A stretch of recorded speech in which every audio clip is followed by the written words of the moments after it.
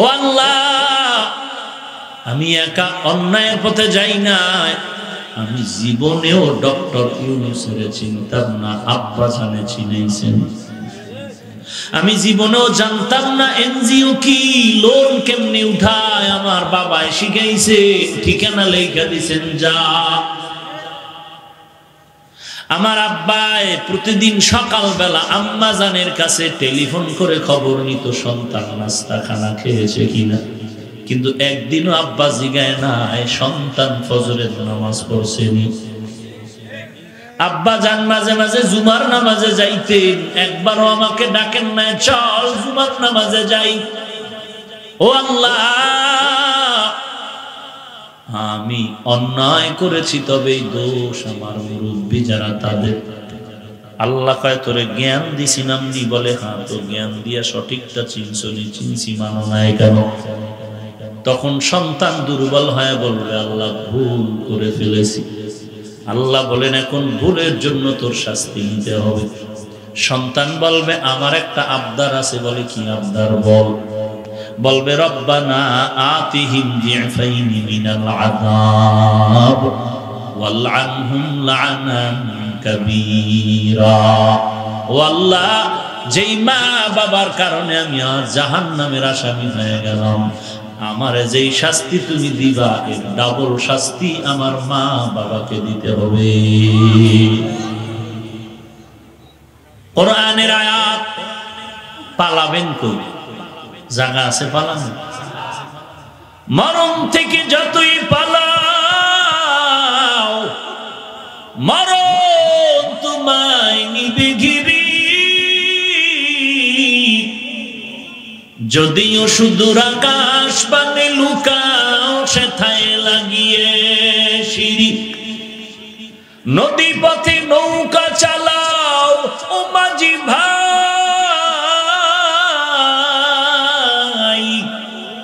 বেলা ডোবার আগে আমি ওপার উঠতে চাই। ডুবে গেলে বেলা রে আর উঠে না, ভেঙে গেলে মেলা রে আর জমে না। নদীর পার ভাঙে ওপার গড়ে, এই তো নদীর খেলা। সকাল বেলার ধনীর তুই ফকির সন্ধ্যাবেলা। কই নমরুদ, কই কারুন, ফিরাউন, সাদ্দাত, হামান? টাকা পয়সা আপনাদের থেকে কম ছিল তাদের? যেই নমরুদ আল্লাহকেই মেরে ফেলবে তীর লইয়া দৌড়াচ্ছে যে আল্লাহরই রাখবো না জমিনে, সেই নমরুদদের ধ্বংস করতে আমার আল্লাহ পাকের আসমানি কি পরিমাণ বাহিনী লেগেছে? লেগেছে কিছু কি? মশা, অসুস্থ মশা, সাথে জুতা মোবারক। কেমন সান কপাল! জুতার সাথে বাড়ি লাগলেই কয় মাথা ঠান্ডা, হিমেল। আরো জোরে বাড়ি মার, বেতন বাড়ায় দু। জুতার বাড়ি যত জোরে দিবি বেতন তত বাড়ায় দু। কেমন চান কপাল! জুতার বাড়ি লাগলেই মাথা ঠান্ডা। একজনে কতদিন আর বাড়াবাড়ি করবে? কয় বস আমি আর পারুম না, আমার খানা আছে, ঘুম আছে। কয় ঘুমাবি খাবি, তবে জুতার বাড়ি বন্ধ করা যাবে না। আর একজন কর্মচারী রেডি কর, তোরা ঘুমাও খা, কিন্তু আমার জুতার বাড়ি বন্ধ করবি না। যদি দেখো শ্বাস বন্ধ হয়ে গেছে তারপর দুইটা মারবি। এটা যেমন তেমন ভাগ্যের ব্যাপার মনে করছে। সারা দুনিয়াটা খুঁজো, মুসলমান তো দূরের কথা, কোন বেদিন বেঈমানের ঘরেও নমরুদ, হামান, কারুন, ফিরাউন, সাদ্দাত নামের কোন সন্তান নাই। ওদের নাম নেওয়ারও কেউ নাই। আমরা কেন নেই? আমরা নেই আমাদের নিজেদের সংশোধনী আনার জন্য। আবার নামটা নেওয়ার পরে আমরা রহমাতুল্লাহ আলাইহি বলি না, বলি লানাতুল্লাহি আলাইহি। আল্লাহর অভিসম্পাত, আল্লাহর গজব আর লানতের উপর। ওই টাকা দিয়া কি লাভ হবে যেই টাকায় তোমাকে জেলখানার মেহমান বানায় দিবে? ওই 5 তলা 10 তলা বিল্ডিং এর মালিক হয়ে কি হবে যেই বিল্ডিং এর সামনে দুর্নীতি দমন কমিশন এসে দুদক এসে ভেঙে দিবে? ও আব্বা জান, ওই সন্তানের বাবা হয়ে কি লাভ হবে যেই সন্তানের কারণে বাবার সম্মান ধুলায় মিশে যাবে? ও স্বামী, ওই স্ত্রীর স্বামী হইয়া কি লাভ হবে যেই স্ত্রীর কারণে স্বামীর গলায় ফাঁসির রশি লাগবে?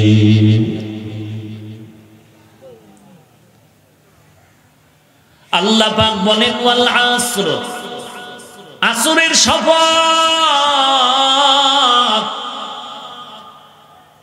এবার আছেন আসর কি জিনিস? বলে একটা দামি জিনিস। কেমন দামি? বলে এর অমূল্য একটি সম্পদ। অমূল্য সম্পদ মানে কি দাম নাই? বলে অনেক দাম, দেওয়ার মতো কোনো মাখলুকাতের ক্ষমতা নাই। আসরের শপথ করলেন আল্লাহ। আসরের এক অর্থ হলো সময়। তাহলে তরজমা কি হবে? ওয়াল আসর, সময়ের শপথ। সময়ের শপথ করে আল্লাহ কি বুঝাইলেন? বলে সময়টা বড় দামি একটি সম্পদের নাম। এই সময় সারা বান্দার ঘুম চলে না, খানা চলে না, ব্যবসা চলে না। মনে হয় যেন গোটা দুনিয়াটা সময়ের চাদরে আবৃত হয়ে আছে। অতএব এই সময়টার এত দাম, এত দাম। এই সময়টারে যে যত বেশি কাজে লাগাবে, মূল্যায়ন করবে, সে তত দামি হয়ে যাবে। দুনিয়ার লাইনেও সময়টারে কাজে লাগাইলে 0 থেকে হিরো। আখিরাতের লাইনেও যদি সময়টাকে মূল্যায়ন করেন তো 0 থেকে হিরো হয়ে যাবেন। দুনিয়ার লাইনে তাকায় দেখেন, আপনাদের এই এলাকা থেকে একই সাথে একই ফ্লাইটে একই দিনে 4 জন যুবক ছেলে বিদেশ গেল চাকরি করার জন্য। 5 বছর পরে হিসাব নিলাম, 2 যুবক ছেলে ঋণ করে গেছিল, ঋণ আদায় করছে, বিল্ডিং করছে, ঢাকাতে ফ্ল্যাট আছে। আর বাকি 2 যুবকের খবর ঘরে ইঁদুর ভরে আর মরে। সেই ঋণও আদায় করতে পারে নাই। বিল্ডিং দূরের কথা, ফ্ল্যাট রাখারও কোনো সুযোগ নেই। একই সময় গেলি 5 বছরের হিসাবে তোরা ফকিন্নি হইলি কেন? কয় জানি না। ওরা কেমনে লাভবান হয়েছে জিজ্ঞাসা করো। ও যুবক, তোরা এত দামি কেমনে হইলি? ফ্ল্যাট রাখলি, বিল্ডিং করলি, ঋণ আদায় করলি। বলে ভাই জানো, মা বাবার কোল ছেড়ে বিদেশ ঘরে আসি, ঘুমানোর জন্য আসি নেই। আমার কামাই রুজির উপরে নির্ভর আমার মা, আমার বাবা, আমার ছেলে মেয়ে, স্ত্রী, আমার ভাই বোনেরা। অতএব মালিকের বেঁধে দেওয়া 8 ঘন্টা ডিউটি আমি করে ঘুমাই নাই। আমরা দুজন বেশি বেশি ওভার ডিউটি করেছি। মানে সময়টারে মূল্যায়ন করে কাজে লাগিয়েছি। আর ওই সময়ের কারণে, মূল্যায়ন করার কারণে আজ আমাদের অনেক দামি বানিয়ে দিয়েছে, 0 থেকে হিরো বানিয়ে দিয়েছে সময়। ও ভান্ডারী এলাকার ব্যবসায়ী ভাই, ব্যবসা বড় হালাল একটি জিনিস। মদিনার নবী কত সুন্দর সুসংবাদ দিয়েছেন ব্যবসায়ীদের। আত-তাজিরুস সুদুকুল আমিন। সত্যভাবে যারা ব্যবসা করবে তারা নবীগণ, সিদ্দিক, শুহাদা এদের সাথে জান্নাতে থাকবে। সত্য ব্যবসা বুঝেননি? কি বুঝেন? বাকি চাহিয়া লজ্জা দিবেন না। বিক্রি করা মাল ফেরত নেওয়া হয় না। আছে না নাই?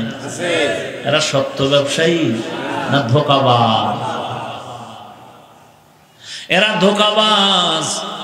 মদিনার নবীর সাথে যদি জান্নাতে থাকতে চাও ব্যবসায়ী দোকানে বড় করেছেন, বোর্ড লাগাও, বিশেষ দ্রষ্টব্য, অবশ্যই বিক্রি করা মাল ফেরত নেওয়া হয়। তাহলে তোমার দাম কত জানো?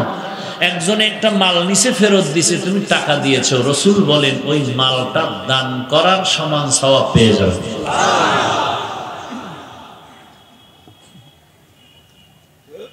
আপনি নদীর থেকে মাছ ধরে আপনি ভান্ডারিয়া বাজারে বসছেন, মাছ কিনছেন কেজি 200 টাকা, আপনার বাজার পর্যন্ত বসতে খরচ হইছে 50। কত হইল? আমি যদি মাছ কিনতে গিয়া জিজ্ঞাসা করি, ভাই তোর মাছ কত কিনলি, আপনি যদি বলেন 250, এই একটা কথার দ্বারা পুরো টাকাটাই হারাম হয়ে যাবে। আর যদি বলেন আমি মাছ কিনেছি 200, খরচ আছে 50, 250, 300 দাও, শুধু একটা কথার কারণে তোমার পুরো ব্যবসাটাই হালাল হয়ে গেল। ঢাকার থেকে কাপড় কিনে আনছেন গাউসিয়া বাবু বাজার, বাবুরহাট মার্কেট থেকে, একটা লুঙ্গি কিনছেন 100 টাকা, 120 টাকা, 150 টাকা, আপনার এই ভান্ডারিয়া বাজার পর্যন্ত ঢুকতে আরো খরচ হলো 70 টাকা, 50 টাকা খরচ। এইভাবে খরচ সহ যদি দামের সাথে কেনার সাথে মিলাই দেন, এই কথার দ্বারা হারাম হয়ে যাবে। আপনি যেই দামে কিনছেন ওই কথার জবাব ওইভাবে দিতে হবে, খরচ যা হয়েছে তাও আলাদাভাবে বলতে হবে। এরপরে বলবেন আমাকে এত লাভ দিলে, লাভ না দিলে আমার গড়ে পড়তায় ব্যবসা হবে না। তখন আপনি ওইভাবে লাভ নিবেন, তবে মানুষ বুঝে শুনে পরে লাভবান হতে হবে। যার থেকে একটু বেশি নেওয়া যায় বেশি, সীমানার মধ্যে, সীমানার বাইরে না। একজন এসে কয়, ভাই আগামীকাল ঈদের দিন আমার কাছে টাকা নাই, পয়সা নাই, কিছু টাকা নিয়ে আসি, তোমাকে আমি 50 টাকা লাভ দিতে পারবো না, সমান সমান দিতে আমার কষ্ট হয়, তার উপর 5 টাকা দিব। তুমি তখন ওই 50 টাকার লাভের দিয়ে তাকায় না, ওই গরিবের যদি একটু রেয়ায়াত করো, ইহসান করো, দয়া করো, তোমার পুরো বছরের ব্যবসা ওই গরিবের দোয়ায় বরকত হয়ে যাবে।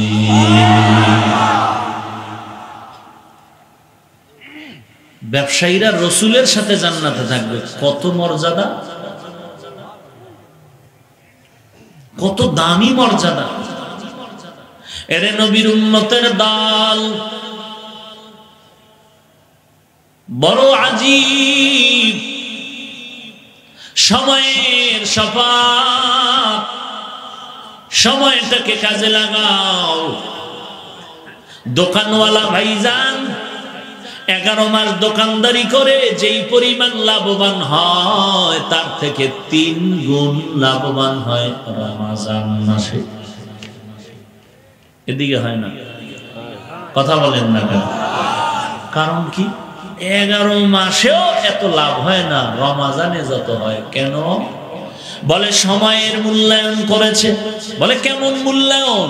বলে 11 মাস দোকানদারি করেছে, সকাল 8টা থেকে রাত 8টা পর্যন্ত দোকান খোলা, কর্মচারী মাত্র 1জন। রমজান যখন চলে আসলো, 8টা নাই, 24 ঘন্টা দোকান খোলা, কর্মচারী 3জন 5জন। সময়টারে যেই পরিমাণ মূল্যায়ন করেছে, ওই পরিমাণ তাকে 0 থেকে হিরো বানায় দিয়েছে। দুনিয়ার লাইনও সময়টারে কাজে লাগাও। ও যুবক, আজকে তুমি কলেজে পড়ো, স্কুলে পড়ো, ভার্সিটিতে লেখাপড়া করো, একটু চিন্তা করো, তুমি যাদের বইগুলো পড়তেছো, এই বই তো ফেরেশতারা পাঠায় নাই। তোমার কলেজের ওই পাঠ্য বইগুলো কোনো জিন্নাতেরাও লিখিয়া পাঠায় নাই। তোমার আমার মতো মানুষগুলো এই বইগুলো লিখে গেছেন, আর ওই বইগুলো সব কলেজে কলেজে কলেজে কলেজে ছাত্র ছাত্রীরা পড়তেছে। 1 মিনিট একটু চিন্তা কর, ওই লোকটার ভাগ্য কপাল কত ভালো যে তার লেখা বইটা সব কলেজের ছাত্র ছাত্রীরা পড়তেছে। তাহলে ওই লোকটা কেমন সময়টারে কাজে লাগাইছে। তোর মতো মোবাইলে সময় নষ্ট করে না, ওই বান্দা জীবনটাকে সময়টারে কাজে লাগায় মূল্যায়ন করেছে, যে কারণে আজ তার লেখা বই সব কলেজের পাঠ্য হয়ে গেল। সেও তো তোমার আমার মতো একটা যুবক ছিল,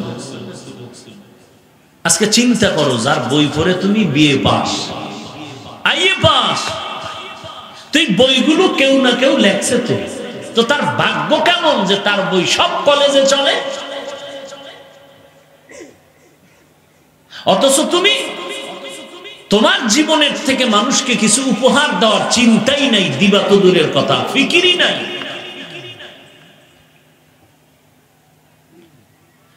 আজ গোটা দুনিয়াতে অনেক রাষ্ট্র, বাংলাদেশ, আমেরিকা সহ বহু রাষ্ট্র আব্রাহাম লিঙ্কনের গণতন্ত্র দিয়ে চলে। অথচ আব্রাহাম লিঙ্কন ছিল দুর্বল, অসহায়, লেখাপড়াও তেমন জানতো না, বড় শিক্ষিত ছিল না আব্রাহাম লিঙ্কন। অথচ আজকে তার গণতন্ত্র দিয়ে গোটা দুনিয়ার অনেক রাষ্ট্র চলতেছে। একটু চিন্তা করো রে বাবা, আব্রাহাম লিঙ্কনের তো কেউ দেখেও নাই, চিনেও নাই, অথচ তার গণতন্ত্র রক্ষার জন্য কত মামলা, হামলা, স্লোগান। একটু চিন্তা করো বান্দা, ওই ব্যক্তিটার সময়টারে নিয়ে গবেষণা করছে, গবেষণা করছে, গবেষণা করছে, একটা রাষ্ট্র পরিচালনার জন্য কি থিমটা দিলে মানুষ রাষ্ট্র শান্তিতে পরিচালনা করতে পারে। লোকটা সময়টারে কাজে লাগাই, মরিয়া যাওয়ার পর তার ভক্ত বেড়ে আছে, সে নাই, তার গণতন্ত্র আছে। এরে নবীর উম্মতের দল, তুমিও জীবনের সময়টারে কাজে লাগাইয়া কবরে যাও। ও যুবক ভাই, তোমার থেকে কিন্তু জাতি অনেক কিছু পাওয়ার আশায় বসে আছে।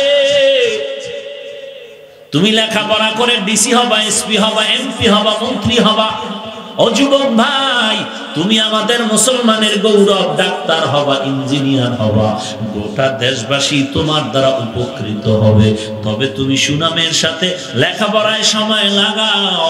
আজকে লেখাপড়া বাদ দিয়ে মোবাইলে সময় কাটায় না রে বাবা। আর মোবাইলে সময় কাটাইতেছো কেমনে? গালাগালি, গালাগালি আর গীবত শেখায়াত। কোনো কাম নাই তোমার মতো একটা যুবক ছেলে, হুজুর দেখলে সামনে দাঁড়াইতে ভয় পাও, আউযুবিল্লাহ বিসমিল্লাহ পড়তে পারো না, অথচ মোবাইলটা হাতের মধ্যে নিয়া হাটাজারির হুজুরের বিরুদ্ধে লাগতেছো, চরমনার বিরুদ্ধে লাগতেছো, তাবলীগের বিরুদ্ধে লেখালেখি করতেছো।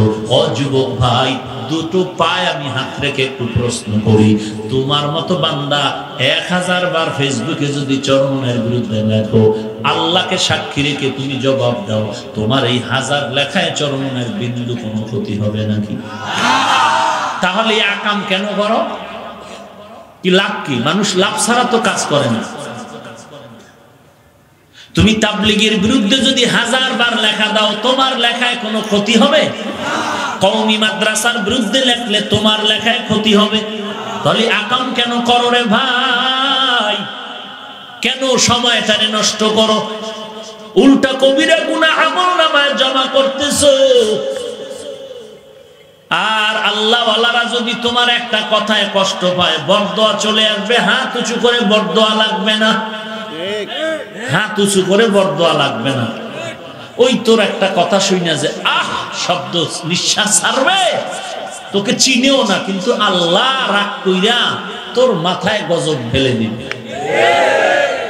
এক সময় দেখবি বেশি পারো, বেশি পারো, সব শিক্ষক তোরে প্রশংসা করে, এমন সুন্দর ছেলে, কিন্তু এই প্রশংসায় তোমার কপাল পুড়ে নিবে যে তুমি কারো না কারো বরদোয়া পেয়ে রাস্তার ফকির হয়ে আছো। কত ভালো ভালো ছাত্র, কত ভালো ভালো ছাত্র রাস্তায় পাগল হয়ে ঘুরতেছে, নাই? কেন? কোনো না কোনো মুরব্বির সাথে বেয়াদবি করেছে। এজন্য আমি বলি, ও যুবক ভাই, জীবনটাকে ফুলের মতো বানাও।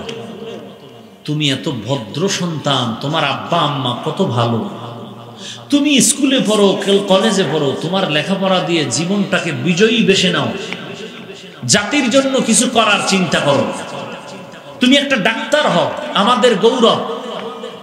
গোটা দুনিয়ার বেঈমানেরা হঠাৎ করে কেমন কেমন যেন ভাব দেখাইতেছে, মুসলমানের সাথে একটা লাগবে লাগবে ভাব।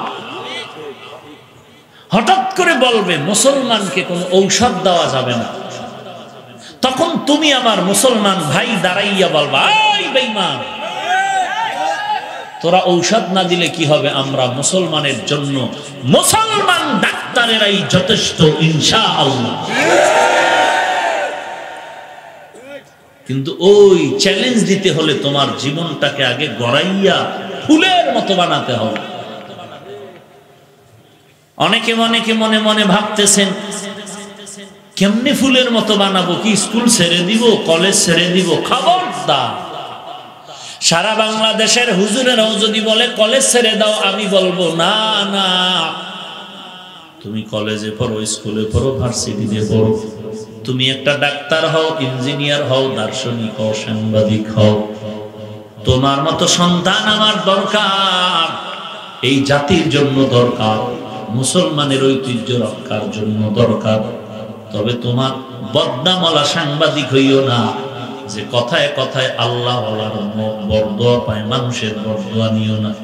এই যুবক, একটা ওয়াদা কর, জীবন ভর তো বয়ান শুনলি, একটা ওয়াদা কর, জীবনে এমন কাজ করবি না যেই কাজের দ্বারা অন্যদের বরদোয়া পাবি। পারা যাবে? হাত দেখায় না, দিলের আগে জিগাও। তোমার পবিত্র অন্তরকে জিজ্ঞেস করো, এরে মন, আমার জীবনে আমি এমন কোন কাজ আমি করব না যেই কাজের কারণে আমি বান্দাদের পক্ষ থেকে বরদোয়া পাবো। আম্মা জান, আব্বা জান, উস্তাদ, শিক্ষক, মুরব্বী, আল্লাহওয়ালা, কোন বান্দা, কোন গরিব, কোন বুড়া, এমন কাজ আমি করব না যেই কাজের দ্বারা বান্দাদের পক্ষ থেকে বরদোয়া পাবো। বরদোয়া পাওয়ার মতো কোনো কাজ আমি জীবনে করব ইনশাআল্লাহ। পাক্কা নিয়ত করা যায় যুবক? আল্লাহ আপনি দিলের খবর জানেন, যারা দিলে দিলে পাক্কা নিয়ত করেছে তাদের কবুল করেন। ফুলের মতো জীবনটাকে যদি গড়তে চাও যুবক ভাই, আমি 3টা অনুরোধ করে যাব। ইসলামী লেখক, দস্তখত নাও, চ্যালেঞ্জ দিলাম, তুমি ফুলের মতো জীবন গড়তে পারবা। 3টা কথা মানলে ফুলের মতো জীবন হবে তোমার। পারবা কিনা জানি না, বলার দায়িত্ব মোহাব্বতে বলে দিলাম।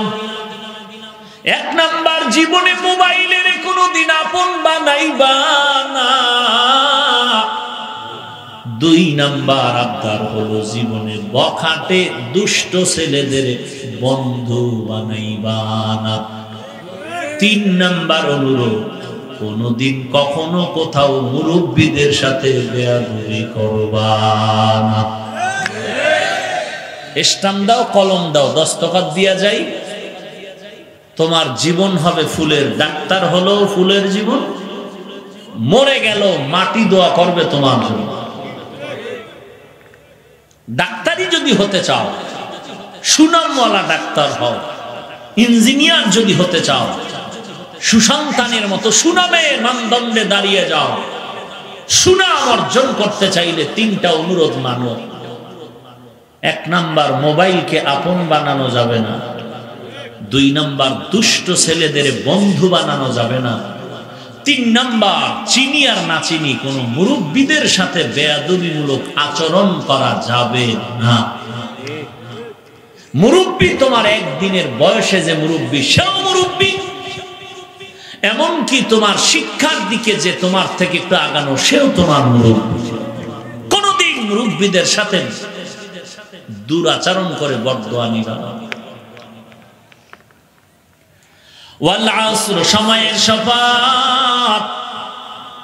দুনিয়ার লাইনে সময়টারে কাজে লাগাও যুবক ভাই, আখিরাতের লাইনেও সময়টারে কাজে লাগাইলে বড় দাম।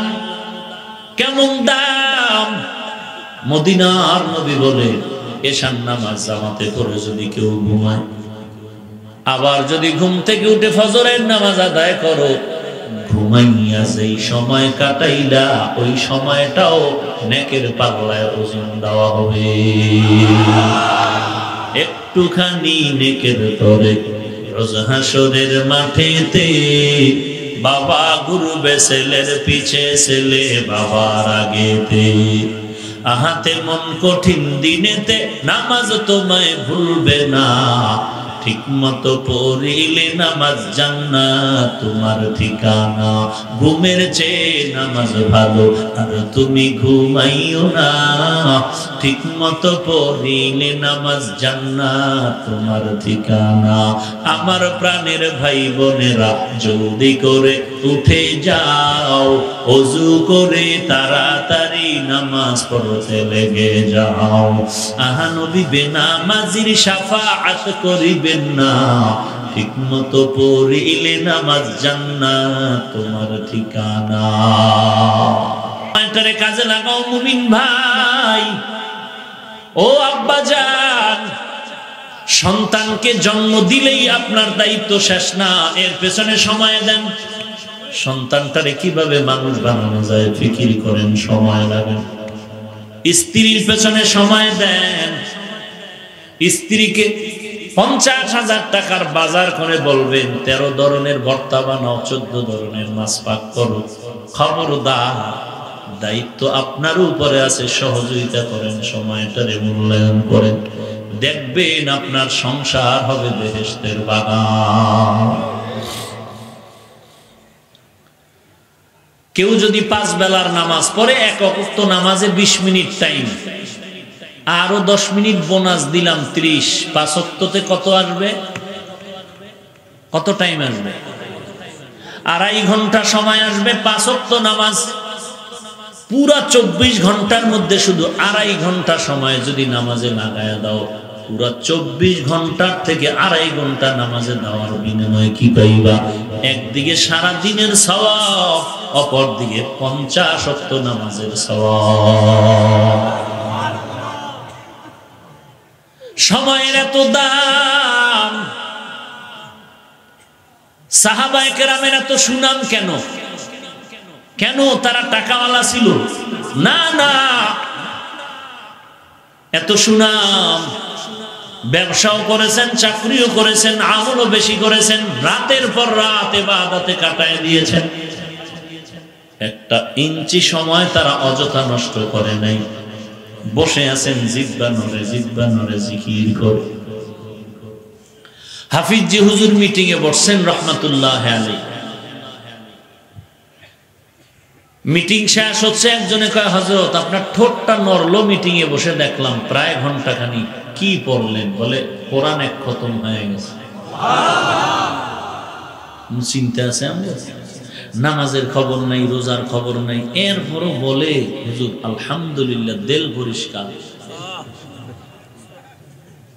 চিন্তা করেন কি অবস্থা। আল্লাহ সব ভাইকে হেদায়েত দান করে, আরো মুহাব্বত বলেন আমিন।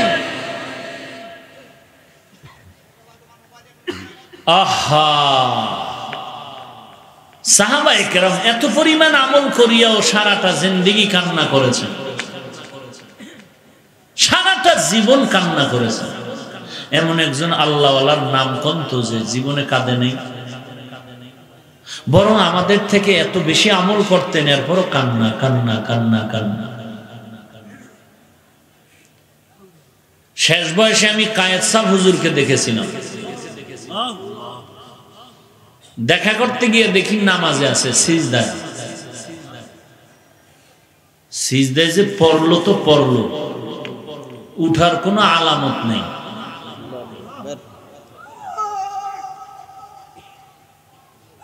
এরা ছিলেন আল্লাহর ওলি, জীবন ভর এত আমল করিয়াও কান্নায় কান্নায় কাটায় দিলেন। আর আপনি একটু চিন্তা করেন, আজকে যদি মৃত্যু হয়ে যায় কি জবাব দিবেন কবরে গিয়ে? আল্লাহর কোরআন মিথ্যা মনে করেছেন, রসুলের কথা মিথ্যা, তাহলে আপনি কবরে কি জবাব দিবেন? কবরে কোনো প্রশ্ন হবে না? বলেন, এই কথাগুলো কোরআন হাদিসে নাই? তাহলে আপনি নিশ্চিন্তে ঘুমান কিভাবে? কিভাবে নিশ্চিন্তায় ঘুমাচ্ছেন?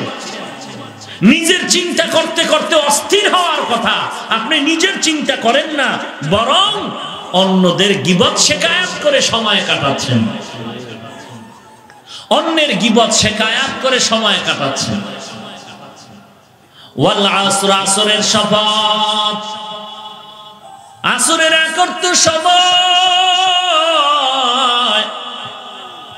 সময়টারে কাজে লাগাও রে যুবক। এমন একটা সময় তোমার আসবে, তুমি যেই যৌবন নিয়ে আজকে বাহাদুরি করো, হাঁটতে পারবা না। তোমার দাদার দিয়ে তাকাও, তোমার আমার মতো শক্তি ছিল, আজকে লাঠি ছাড়া চলতে পারে না। একদিন তোমার এই হালাত শুরু হয়ে যাবে। তোমার দাদা নানা দিয়ে তাকাও, কি পরিমাণ দুর্বল হয়ে গেছে, বসলে উঠতে পারে না, শরীরটা দুর্বল, খানা খাইতে পারে না। মাঝে মাঝে দেখি কোন দিকে তাকায় তাকায় শুধু চোখের পানি ছেড়ে কান্না করে। ও দাদা কিভাবে, বলে আমার জীবন শেষ। আলহামদুলিল্লাহিল্লাযী জাআলাশ শামসা ওয়াল কমারা বিহুসবান ওয়ান নাজমা ওয়াশ শাজারা ইয়াসজুদান وفضل زمانا على زمان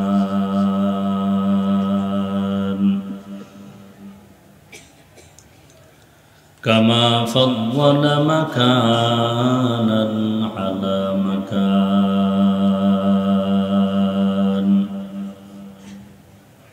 وإنسانا على إنسان. ونشهد أن لا إله إلا الله وحده لا شريك له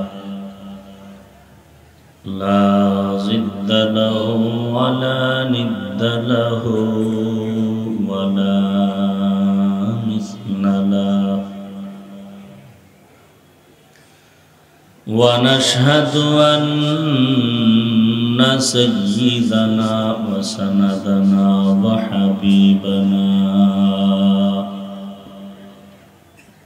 وحبيب ربنا وطبيبنا وطبيب قلوبنا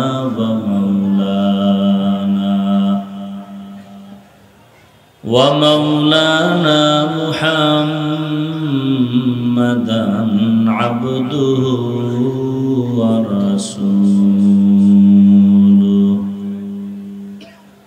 صلى الله تعالى عليه وعلى آله وأصحابه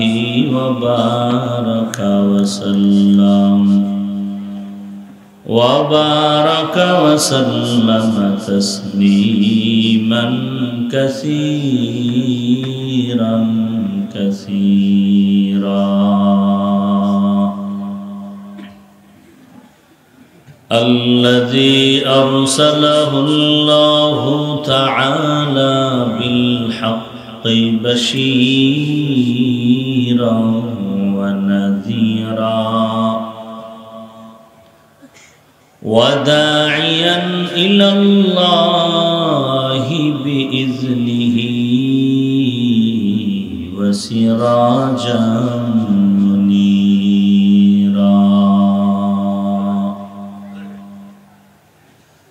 أما بعد فأعوذ بالله من الشيطان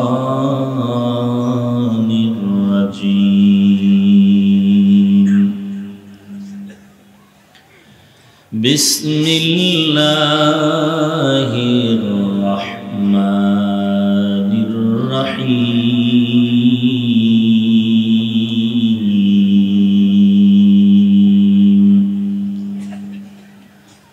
والعصر إن الإنسان لفي خسر إلا الذين آمنوا وعملوا الصالحات وتواصوا بالحق وتواصوا بالصبر.